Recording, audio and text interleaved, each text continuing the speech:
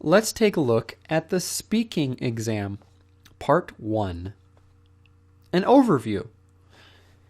It only lasts for about 5 minutes, but it's a lot of fun while it lasts because the examiner will just introduce himself or herself. You will introduce yourself and show your identification, and then the examiner just asks some simple questions about you. And you answer these questions. The purpose is to get you to talk about yourself.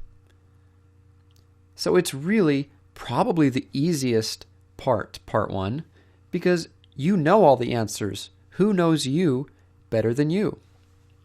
They'll ask questions like, what kind of music do you like? Where are you from? They might ask about your family. They could ask about if you have any pets or if you like pets.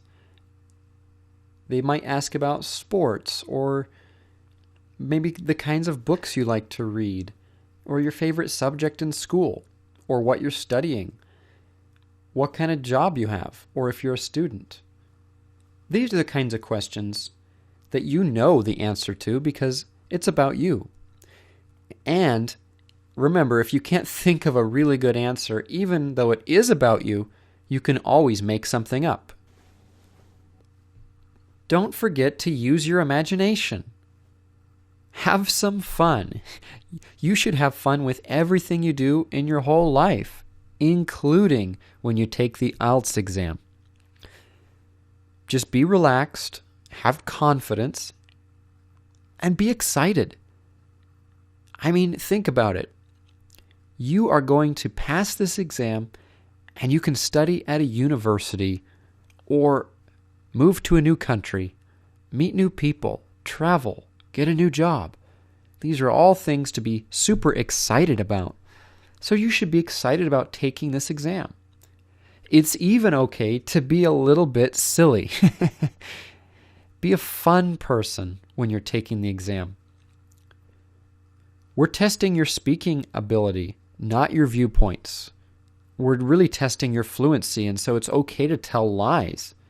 For example, if the examiner asks you about your family, you can say, oh, I have 3 children. They're all boys. And so we like to play soccer and basketball, all the sports together.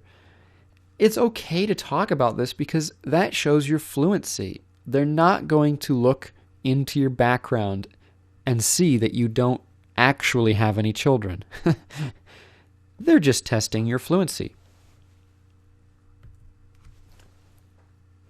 Here are some vocabulary tips. Number 1, variation is important. As an example, if you use the word funny, like when they ask you the question, what kinds of friends do you like? Or what kinds of people become your friends? You could say, well, funny people become my friends. I like to have a funny girlfriend. I like to play sports with funny people. I like to have a funny colleague.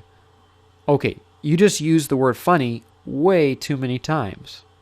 Variation makes it sound better. So you can have the same idea, but just mix it up and use different words. So you can start out by saying, when they ask you what kinds of people become your friends, you could say, oh, I really like to become friends with funny people. You know, I like to have a girlfriend who plays lots of tricks on me and practical jokes. And I like colleagues who don't take themselves seriously, who will smile. You see how I'm using different words, not just the word funny so many times. Number 2, go ahead and try something hard.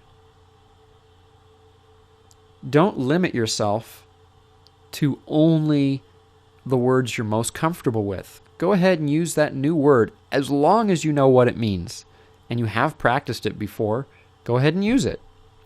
That will help to give you the variation to make you sound more interesting to the examiner.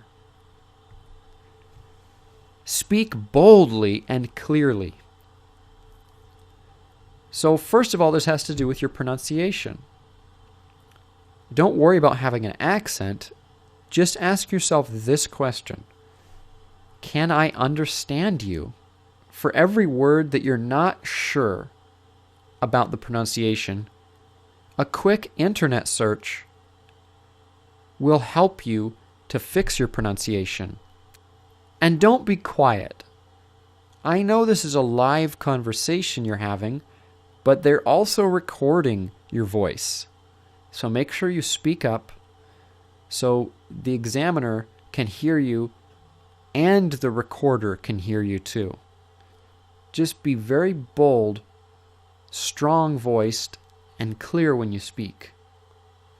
Give direct answers. Don't change the topic. Make sure you stick to the topic that the question asks you about. And answer directly, then add a detail or two. That's the best approach. Let's practice. Do you have any pets? Yes, I have a cat. My brother also has a cat, and he became a baseball player, and he's like a baseball hero. He tried out for a sports team when he was in high school, and now he plays for the pros, and he just won the home run record, and I love him. Oh, do you see the problem there? I kind of changed the topic from pets to my brother, the baseball hero. Remember, we want to answer directly and then just add a detail or two. So let me try this again. Do you have any pets? Yes, I have one cat. She's yellow and she's so cute. One thing she likes to do is slap me across my face with her paw. Makes me laugh. Do you see how it was a very short answer? Yes, I have a cat. And then I just gave some detail. But I stayed on topic, the topic of pets.